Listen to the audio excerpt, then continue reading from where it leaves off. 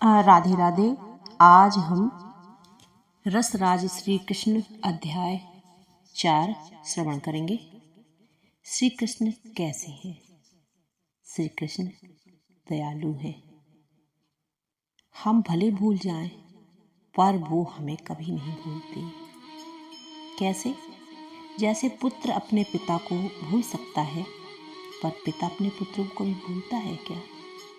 ठीक उसी प्रकार भगवान, जो कि हम सब प्राणियों के मूल पिता हैं, वो हमें कभी नहीं छोड़ते। हमारे शरीर अलग अलग हो सकते हैं, पर वे सब कमीज कोट के समान हैं। हमारी वास्तविक पहचान से उनका कोई संबंध नहीं। हमारी सही पहचान यह है कि हम सब शुद्ध आत्मा हैं, और यह आत्मा उस परमात्मा का ही एक अंश है। इस चराचर जगत में जीवों की 84 लाख योनियां हैं।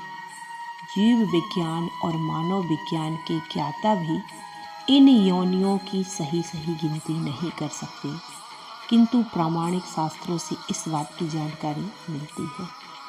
इन योनियों में से 4 लाख योनियां मनुष्यों की हैं और 80 लाख अन्य योनियां हैं।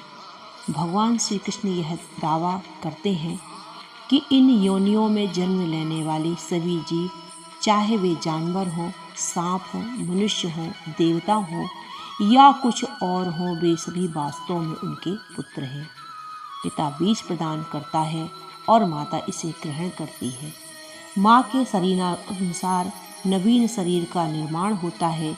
जब शरीर का निर्माण पूरी तरह से हो जाता है, तो वह माँ के शरीर से बाहर आ जाता है, चाहे बिल्ली से, कुत्ते से अथवा मनुष्य से।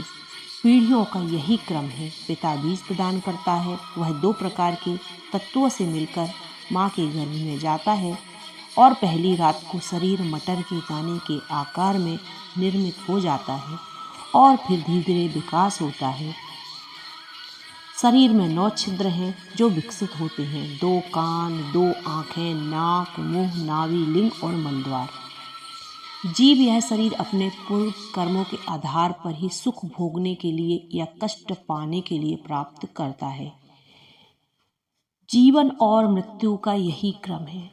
यहाँ पे एक बात बता देने की चीज़ है कि कभी कभी हम बोलते हैं कि हमें ऐसा इस जन्म में कैसा क्या हुआ जो हमको इतने कष्ट भोगने पड़ रहे हैं।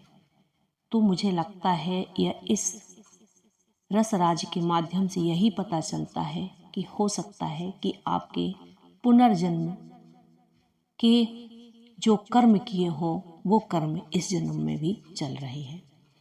इस जीवन को समाप्त कर जीव मर जाता है और फिर किसी माँ के गर्भाशय में प्रविष्ट हो जाता है।